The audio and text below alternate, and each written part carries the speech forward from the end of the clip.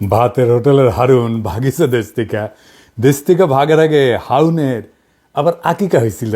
আকিকা দিয়ে নাম পাল্টে দিছিল জনগণ, নাম দিছিল হাউন আঙ্কেল। হাউন আঙ্কেল একজন গরিব পুলিশ অফিসার ছিল, তাই মাঝে মাঝে ইমোতে ফ্রিল্যান্সিং করেছিল। দেশে এখন নতুন হাউন আঙ্কেল আসিছে। শুনেন নতুন হাউন আঙ্কেল কি বলে। জামাত ইসলাম একটি ধর্মান্ধ, একটি উগ্রপন্থী দল। তারা ধর্মকে নিয়ে ব্যবসা করতে চায়। আর পরিষ্কার স্পষ্ট কথা আমি কয়েকদিন আগে বলেছিলাম যে যারা এই ধর্ম ব্যবসায়ী তারা ধার্মিক নয়। আর ধার্মিক তারাই যারা ধর্মভীরু এবং যারা আল্লাহকে ভয় করে। আমার এলাকায় বীরশ্রেষ্ঠ ক্যাপ্টেন মহিউদ্দিন জাহাঙ্গীর সাহেব শাহিদ রয়েছেন।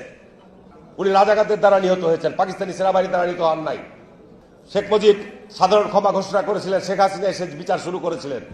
আজকে তারা যেভাবে আস্ফলন করে বেড়াচ্ছে, আমি মনে করি যে যুদ্ধ অপরাধীদের বিচার কন্টিনিউ করা দরকার রয়েছে। সে বলিছে জামাত ধর্ম ব্যবসা করিচ্ছে, তাই না? হাসিনা মানবতা বিরোধী অপরাধ ট্রাইব্যুনাল করে জামাত নেতাদের বিচার করে ফাঁসি দিয়ে ঠিকই করিছে, আর জামাত ধর্ম ব্যবসা করে। হারুন ভাই হাঙ্গারের সাথে পলিটিক্স করিচ্ছিল রাজশাহীর। আমার চাইতে বড় নেতা ছিল, 3 বছরের বড়। ভাই কইয়াই ডাকতাম, যদিও খুব ঘনিষ্ঠতা ছিল না, কারণ উনি বিশ্ববিদ্যালয়ের আর আমি শহরে। রাজশাহী বিশ্ববিদ্যালয়ের 2 জন নেতা শহরের নেতাদের সাথে কাজ করতেন, এক রাগিব হাসান মুন্না আর ছাত্রমৈত্রীর, আর ছাত্রদলের রিজভি ভাই। যাই হোক, হারুন ভাইরে আজ আমি খুব বেশি কিছু কমু না আগের সম্পর্কের খাতিরে। কিন্তু হারুন ভাই, আপনি যদি এরকম বেপরোয়া ইন্ডিয়ান লাইনের রাজনীতি চালায় যেতে থাকেন, প্রমিজ আপনারা আমি হাউন আঙ্কেল বানাই দেবো। কেন আপনি ইন্ডিয়ান লাইন পার্সু করিচ্ছেন এটা দেখে দেবো। আপনি কোন আক্কেলে মানবতা বিরোধী অপরাধের সাফাই গাইয়া এটারে চলমান রাখার প্রস্তাব রাখলেন? আপনার নেত্রী খালেদা জিয়া কি বলছিল তার একটা ভিডিও শুনি আগে, আপনারাই শুনাই, বোধহয় শুনেন নাই, শুনেন। 4 দলীয় জোটের নেতা তাদের মিথ্যে মামলা দিয়ে মতিউর রহমান নিজামী, মুজাহিদি, সাইদি, দেলোয়ার হোসেন সাইদি, কামরুজ্জামান, কাদের মোল্লা, এদের সবাইকে তারা মিথ্যে মামলা দিয়ে গ্রেফতার করে রেখে দিয়েছে। এইবার আসেন তিনি নানা সময় কি বলছেন সেটা দেখি। জাতীয় সংসদে বিরোধী দল সেই সময় বিএনপির স্থায়ী কমিটির বৈঠক শেষে খালেদা জিয়া বিবৃতিতে জামাত নেতাদের অবিলম্বে মুক্তি দাবি করে বলছেন, জামাতে ইসলামের শীর্ষ 3 নেতা মতিউর রহমান নিজামী, আলী হাসান মুজাহিদ এবং দেলোয়ার হোসেন সাইদিকে গ্রেপ্তারের ঘটনা চরম স্বৈরাচারী পন্থায় রাজনৈতিক নিপীড়নের এক জঘন্য নজির।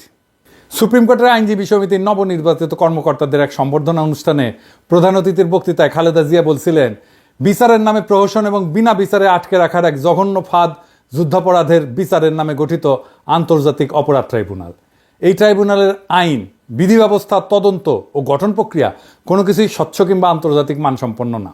আন্তর্জাতিক মহল থেকে সে কথা পরিষ্কারভাবে বলে দেওয়া হচ্ছে, তবুও সরকার এই বিচারের নামে বিরোধী দল দমনের পথ বেছে নিয়েছে।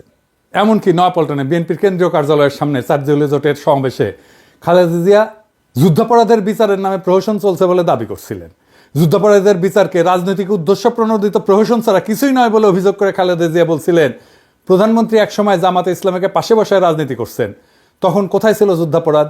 জামাত তখন এত প্রিয় ছিল, আর এখন কেন এত খারাপ হইল? এক সময় তো একসঙ্গে নির্বাচনও করছেন। এখন যাদের যুদ্ধাপরাধের অভিযোগে বিচার করা হচ্ছে তাদের বিচার মানুষ মানে না।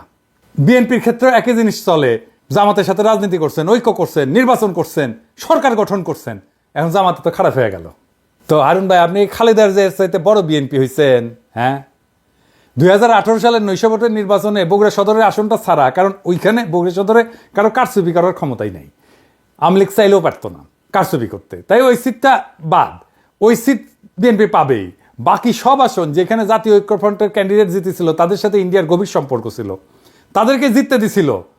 যেমন ধরেন সুলতান মোহাম্মদ মনসুর, উকিল সাত্তার জিতেছিল না, হারুনও জিতেছিল। আমরা জানতে চাই কেন হারুনের সিট হাসিনা ছেড়ে দিছিল। তো হারুন ভাই যে বলিছে যে জামাত ধর্ম ব্যবসা করে, এটা নিয়ে আলাপ করি। আসেন ধর্ম ব্যবসাকে ডিফাইন করে নি, কাকে বলে। ধর্ম ব্যবসা বলতে বোঝানো হয় এমন একটা অনৈতিক কর্মকাণ্ড যেখানে ধর্মীয় বিশ্বাস, আচার অনুষ্ঠান বা মানুষের ধর্মীয় অনুভূতিকে ব্যবহার করিয়া আর্থিক লাভ বা ব্যক্তিগত স্বার্থ হাসিল করা হয়। এটা শুরু হয় মধ্যযুগে। খ্রিস্ট ধর্মের বিভিন্ন ধর্মীয় প্রতিষ্ঠান 2 ভাবে এই ধর্ম ব্যবসা করত। যিশু যে ক্রুশে ক্রুশবিদ্ধ হয়েছিল, ওই ক্রুশের অংশকে বলা হয় রেলিক বা পবিত্র অবশেষ। এইটা বিক্রি বা প্রদর্শনের মাধ্যমে অর্থ সংগ্রহ করত চার্চ। আর 2 নম্বর হচ্ছে স্বর্গপ্রাপ্তির গ্যারান্টি বিক্রি করার ঘটনা। এইটা প্রধানত ক্যাথলিক চার্চের মাধ্যমে পরিচালিত হইতো। এইটা পরিচিত ছিল ইনডালজেন্স নামে।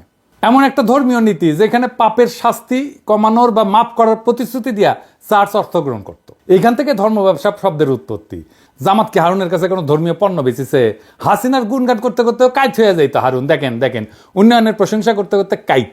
আবার একবার চাপাই নবাবগঞ্জে কোন এক ট্রেনের উদ্বোধন করবার যায় নাকি হাসিনা হারুনের খোঁজ করেছিল, সেটা তো একেবারে কাইট হয়ে পড়েছিল। দেখেন, যাই হোক, আজকে হারুনরা আর কিছু কইলাম না, আর এক মাল দেখি।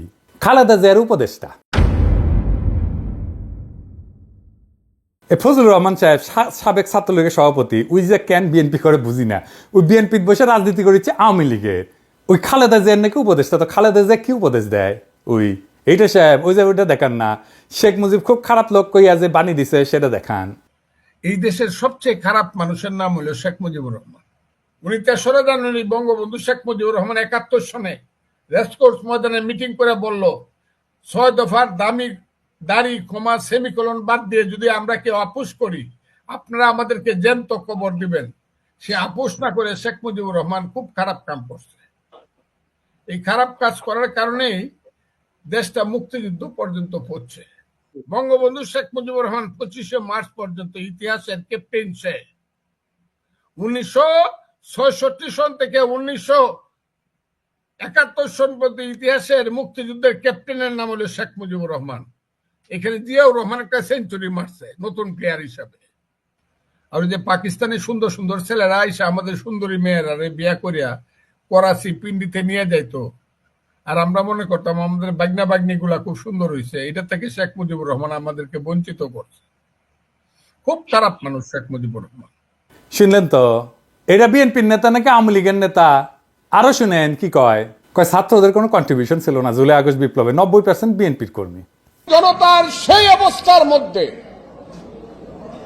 নিশ্চয়ই বৈষম্য বিরোধী ছাত্র আন্দোলন নামধারী নেতৃত্ব প্রকাশ্যে এবং গোপনে নেতৃত্বের ভূমিকায় অবতীর্ণ হয়েছিল, কিন্তু সমস্ত জনগণের 95% ছিল জাতীয়তাবাদী শক্তির সমর্থক এবং বিএনপির নেতা কর্মী।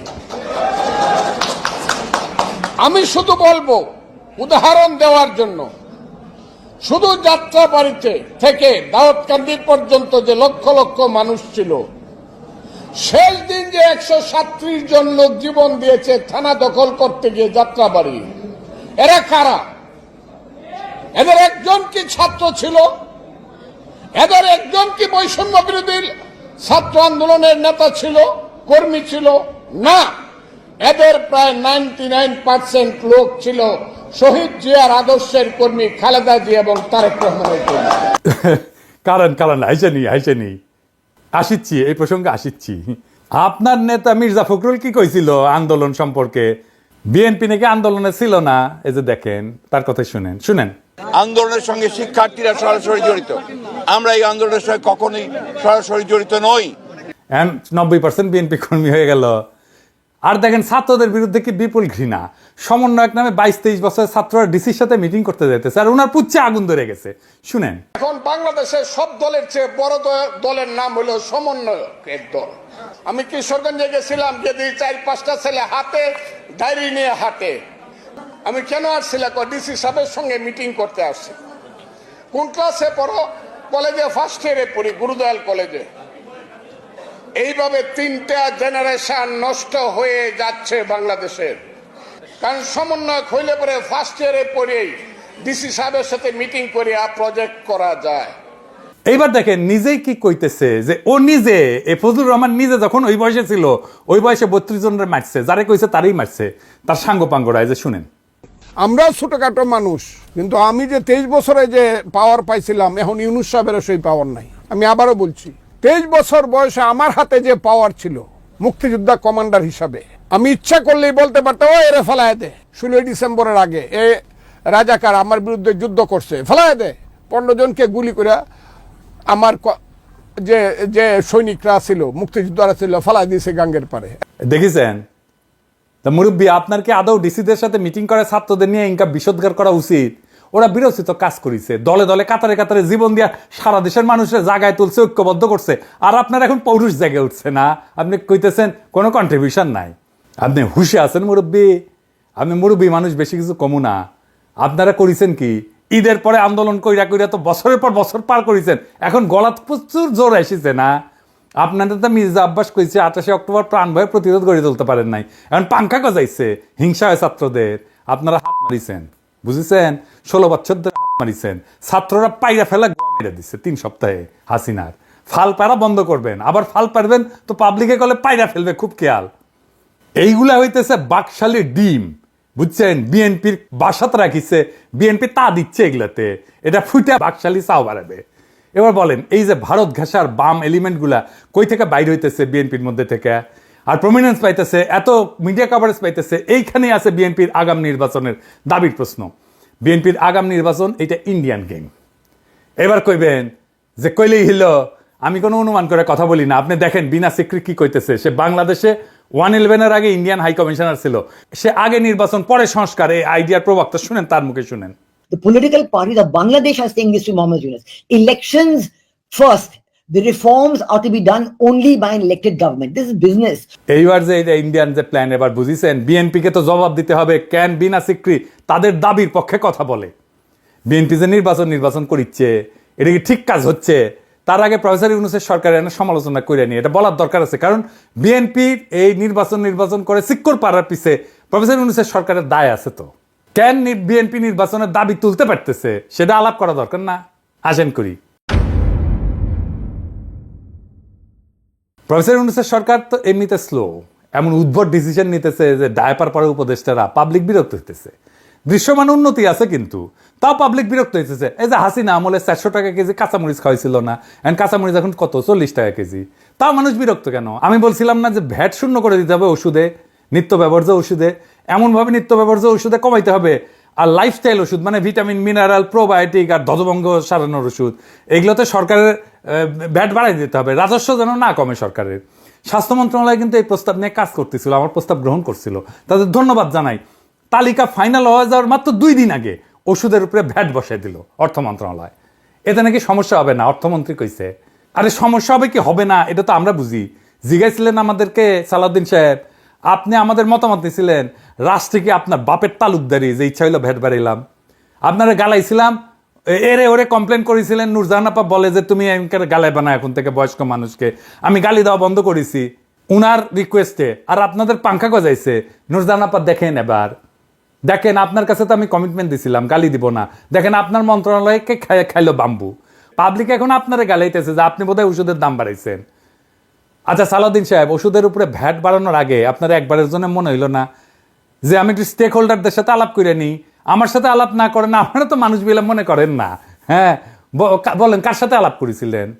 আপনি যতই জ্ঞানী হন না কেন, আপনি যত জ্ঞানী হন, যত পাস দেন, যত পিএইচডি করেন, আপনি তো হেলথের বুঝেন, কিছুই বুঝেন না। আপনি তো ডিসিশন কেন নিজে নিজে নেন? বুঝান তো সাউদ্দিন সাহেব, আপনি কথা কইবেন, স্টেক হোল্ডারদের সাথে কথা কইবেন, আমার সাথে কোন বা যার সাথে কোন কথা বলে কনভিন্স করবেন কেন আপনি ভ্যাট বাড়াইছেন ওষুধের উপরে। আমার সাথে কথা কইতে চাইলে মোস্ট ওয়েলকাম, আগে কনভিন্স করবেন, তারপরে ওষুধের উপরে ভ্যাট বাড়াইবেন। আমি বলে আগুন জ্বালাই দেবো, জান কালা কালা করে দেবো আপনার। আমি প্যারিসে থাকলেও ঢাকার রাস্তায় আমি লাখো জনতা নামাইতে পারবো। ওষুধের উপরে ভ্যাট বন্ধ, ফুল স্টপ, 1 পয়সা ভ্যাট বাড়াবেন না। এবার আসেন বিএনপির নির্বাচনের প্রশ্ন। আচ্ছা বিএনপি ভাইরা, আপনারা যে নির্বাচন করছেন, ইকোনমির অবস্থা জানেন? ইকোনমি যে জয় বাংলা হয়ে আছে সেটা জানেন? খবরই তো নাই। অর্থনীতির অবস্থা নিয়ে ভিডিও আসবি, আমি ভয় পাইতে চাই নাই, তাই এটা নিয়ে কিছু বলি নাই। আপনার বলাইতেছে, আপনার না বললে আপনারা বুঝবেন না কিসের মধ্যে ল্যান্ড করতে যাইতেছেন। এর মধ্যে রাষ্ট্র ক্ষমতা যাবেন, পারবেন না তো চালাইতে, দেশে চালাইতে পারবেন না, টাকা নাই তো। আর আপনারা কি তৈরি রাষ্ট্র ক্ষমতা নেওয়ার জন্য? আপনার ছায়ামন্ত্রী সভা কই? রাষ্ট্রপ্রধান কে হবে? এইসব কি দেশবাসীর জানা উচিত না? এই যে 5 মাসে বেশি গেল, এই সময় অন্তঃসার শূন্য বক্তিমা ছাড়া আর কি দিচ্ছেন? সরকারের নাকি সাহায্য করবেন, কি ভালো সাহায্য করেছেন? এই যে ইন্ডিয়ান ডিসইনফরমেশন ক্যাম্পেইন কিছু করেছেন, এটার মোকাবেলা দল হিসেবে তো আপনার সক্ষমতা দেখতে চাই আমরা। আপনাদের তো খাইয়া ফেলবে ইন্ডিয়া। এখন ভাবিছেন ইন্ডিয়ার সাথে সিস্টেম করেছেন, ইন্ডিয়া ঝামেলা দিবে না। যেই মাত্র একটা স্বাধীন নীতির বাস্তবায়ন করতে যাইবেন, তখন দেখবেন ওইসব প্রতিশ্রুতির চাঙ্গে তুইলা কোমর বেঁধে নামবে আপনার বিরুদ্ধে। এখন যদি মনে করেন আপনি ইন্ডিয়ার ইচ্ছা মতো চালাইয়া তার মন পাইবেন, পাবলিকে ছাড়বে, আপনাদেরকে ছাড়বে না। আপনাদের জনগণের শক্তির উপরে ভরসা করতে হবে। এই যে 31 দফা দিচ্ছেন পুরাই তো বুলশিট। একটা এক্সাম্পল দিই, হ্যাঁ, মনে কিছু কইরেন না, আপনাদের কইলে তো আর মনে কিছু করেন। বিএনপির 31 দফার 25 আর 26 দফা আছে স্বাস্থ্য নিয়ে কথা। দেখি আমি পড়ে দেখি, স্বাস্থ্যকে সম্পদ হিসাবে বিবেচনা করে সবার জন্য স্বাস্থ্য এবং বিনা চিকিৎসায় কোনো মৃত্যু নয়, এই নীতির ভিত্তিতে যুক্তরাজ্যের আদলে সার্বজনীন করা হবে, মানে সার্বজনীন স্বাস্থ্যসেবা করা হবে। স্বাস্থ্যসেবা প্রবর্তন করে সবার জন্য স্বাস্থ্য কার্ড চালু করা হবে। জাতীয় বাজেটে স্বাস্থ্য খাতে জিডিপির 5% অর্থ বরাদ্দ করা হবে। আপনার কি জানা আছে এনএইচএস এর যুক্তরাষ্ট্রের মডেলটা কি? এটা বাংলাদেশের জন্য আসলে উপযুক্ত কিনা? আপনার কোনো ক্রিটিক্যাল সেন্স আছে? আসেন এটা বুঝে দেখি। এনএইচএস এর মডেল বাংলাদেশে চলবে না। এর কারণগুলো হইল, একটা হচ্ছে অর্থনৈতিক সীমাবদ্ধতা। এনএইচএস এর মডেলটি এটা অর্থায়ন করার জন্য একটা শক্তিশালী এবং ধারাবাহিক রাজস্ব ব্যবস্থা প্রয়োজন। থার্ড ওয়ার্ল্ডের দেশগুলোতে কর আদায়ের হার খুব কম এবং অর্থনৈতিক অবকাঠামো খুব দুর্বল, ফলে এটা সম্পূর্ণরূপে সরকারি স্বাস্থ্যসেবা চালু করার জন্য যে অর্থ দরকার তা সরবরাহ করা সম্ভব না। জিডিপির 5% বরাদ্দ করবেন। ইউকের কত পার্সেন্ট আছে জিডিপির আপনি জানেন? প্রায় 12% জিডিপির। তা আপনি কেমনি করবেন? বললেই হইলো। আপনি ওইদিকে বলতেছেন 5% আর বলতেছেন ইউকের মতো করবেন। বা আপনার কাপড় এতটুকু, আপনি সামনে ডাকবেন না পিছের ফুটা ডাকবেন, সেটাই তো ঠিক করতে পারেননি। আপনি তো সামনে ডাকলে পিছের ফাঁকা হয়ে থাকবে। এনএইচএস এর পরিচালনার জন্য একটা দক্ষ প্রশাসনিক কাঠামো দরকার। এটা বাংলাদেশের আছে। ইনস্টিটিউশনাল কোনো স্ট্রেংথ আছে বাংলাদেশের? কেন্দ্রীয়ভাবে স্বাস্থ্যসেবা পরিচালনার জন্য যে ধরনের দক্ষতা দরকার সেটা তো বাংলাদেশের নাই। এবং আমাদের স্বাস্থ্যের যে প্রায়োরিটি এবং রোগের প্রকৃতি এবং প্রায়োরিটি একরকম না। এনএইচএস এখানে নন কমিউনিকেবল ডিজিজ যেমন ডায়াবেটিস, ক্যান্সার, এগুলোকে প্রাধান্য দেয় সিস্টেমটা বানানো হয়েছে। আর আমাদের মতো দেশে এটা কমিউনিকেবল ডিজিজ, সংক্রামক রোগ, এগুলো বেশি। ডেঙ্গু, ম্যালেরিয়া, অপুষ্টি, ডায়রিয়া, টাইফয়েড, এগুলো বড় সমস্যা। আপনি যে বলেছেন সবার জন্য স্বাস্থ্য, ওইটা primary health care. Primary health care NHS এর প্রায়োরিটি না। তো দুইটা একই সাথে করবেন, আবার বাজেট দেবেন 5%, কেমনে করবেন? পারবেনই না। আপনার 5 লাইনের একটা হেলথ স্ট্র্যাটেজি করতে গেলে পুরাই ভুল করেন, তো রাষ্ট্র চালাইবেন কেমনে? আমরা অনেকে বলে যে আমি কেন বিএনপির সমালোচনা করি, কেন জামাতের সমালোচনা করি না। আরে বাবা, এই কথা আওয়ামী লীগেরা বলতো হাসিনার আমলে, কেন বিএনপির সমালোচনা করি না, আওয়ামী লীগের সমালোচনা করি। আমি সেই সময় কইছি বিএনপি ক্ষমতায় আসুক, আমি ঠিকই সমালোচনা করব। জামাত তো ক্ষমতায় আসিচ্ছে না, তো আমার সমালোচনা করার দরকার কি? ও তো রাষ্ট্র ক্ষমতায় বসিচ্ছে না। কিছু মানুষ আছে যারা সবসময় সরকারি দল করে, আর আমি সবসময় বিরোধী দল করবো। কারণ রাজনৈতিক দলগুলো কখনোই জনগণের স্বার্থ রক্ষা করে না, আপনারাও করবেন না। আমাকে তো আমার জনগণের পক্ষে থাকতে হবে। আপনার নেতারা ইন্ডিয়ান ন্যারেটিভ বলতে থাকবে, মুজিব বন্দনা করতে থাকবে, 72 সংবিধান করতে কান্দে বুক বাসাবে, আর আমাকে জিন্দাবাদ দিতে হবে আপনাদের নামে। এই আবদার কেন? আমি কি আপনাদের চাকরি করি নাকি আপনাদের দল করি? হাসিনার বিরুদ্ধে অ্যাক্টিভিজমে মিত্র আছিলেন, আমার অনেক অ্যাক্টিভিজম আপনার পক্ষে গেছে, তাই বলে তো এটা মনে করা ঠিক না যে আমি আপনাদের দল করি। সরকার গঠন করতে না করতে দলের সমালোচনা সহ্য করতে পারতেছেন না, তো সরকার করলে কি করবেন? স্যাম্পল তো এখনই দেখাইতেছেন, তাই না? যাই হোক, আপনাদের জন্য আগামী দিনের একটা বার্তা দিই, সেটা মন দিয়ে শুনেন ভাইরা। বাংলাদেশের অসংখ্য সমস্যা, তার কোনো কুইক ফিক্স নাই। আপনার হাতে কোনো ম্যাজিক নাই, প্রফেসর ইউনূসের হাতেও কোনো ম্যাজিক নাই। আপনি ক্ষমতায় যাবেন আর অজনপ্রিয় হবেনি। জান লড়াই দিয়ে কাজ করলেও অজনপ্রিয় হবেন। প্রফেসর ইউনূসের সরকারি কি প্রমাণ না? কি বিশাল জনপ্রিয়তা নিয়ে একটা জাতীয় ঐক্যের মধ্যে দিয়ে ক্ষমতা নিল, আর বেড়াচেরা করে ফেললো কয়েক মাসের মধ্যেই। কেউ তো করাপশন করেনি, তারপরেও বেড়াচেরা করে ফেললো। কোনো করাপশনের অভিযোগ নাই। ইন্ডিয়া আপনাদেরকে দাঁড়াইতেই দেবে না রাষ্ট্র হিসাবে, এটাই ভারতের বাংলাদেশ নীতি। বাংলাদেশে ক্ষমতাবানরা তখনই জনপ্রিয় থাকতে পারবেন যখন আপনি ক্ষমতায় থেকেও সাধারণ নিম্নবিত্তের জীবন জড়াই ধরতে পারবেন, ওটা কাটাইতে পারবেন, সাধারণ মানুষের মধ্যে থাকবেন, সাধারণ মানুষের সাথে মিশবেন, খুব সাধারণ খাবেন, সাধারণ কাপড় পরবেন, আমজনতার সাথে মিশে যেতে পারবেন, তখনই আপনি জনপ্রিয় হবেন। আপনি যেটা পারবেন না, আপনি তো প্যাপু বাঁশি বাজায় গাড়ি নিয়ে যাবেন, গাড়ি ছাড়া চলবে না, পিছে গার্ড থাকবে, মন্ত্রী বাসা ছাড়া থাকতে পারবেন না। তাই আপনাদের ব্যাপক একটা ইউনিটির মধ্যে দিয়ে যাইতে হবে, আর ভরসা করতে হবে বাংলাদেশের জনগণের উপরে। ইউটিউবারদের উপরে চড়া হয়ে লাভ নাই। হ্যাঁ, ইউটিউবাররা আমজনতার আরো বেশি পছন্দের মানুষ হইয়া উঠতে থাকবে, এইটা ঠেকাইতে পারবেন না। হুদাই ট্রাই করেন না। আপনার দলের বাম, আওয়ামী লীগ আর 72-এর সংবিধান আর ইন্ডিয়া প্রেমীদের ঠেকান। আপনাদের সাথে সম্পর্ক তাইলে রচিত হবে। আমরা তো জনগণের পক্ষ ছাড়বো না। আমরা এমপি মন্ত্রীও হইতে যাইতেছি না, আপনার ক্ষমতার স্টেকও নিতে যাইতেছি না। জনগণের কথা আমরা বলতেই থাকবো, আমরা জনগণের কণ্ঠস্বর হইয়া থাকবো। তারপরে একদিন দেখবেন এই জনতা আবার জাগিছে, আর সেই নবজাগ্রত জনতার পিছে পিছে আছে এই 2 পয়সার ইউটিউবাররা। এই জিনিস যদি দেখতে না চান, তার বদলে আপনারা জায়গা ওঠেন, জনতার শক্তিকে ধারণ করেন, জনতার আকাঙ্ক্ষাকে ধারণ করেন, দেশ এবং জাতি উপকৃত হবে। ইনকিলাব জিন্দাবাদ।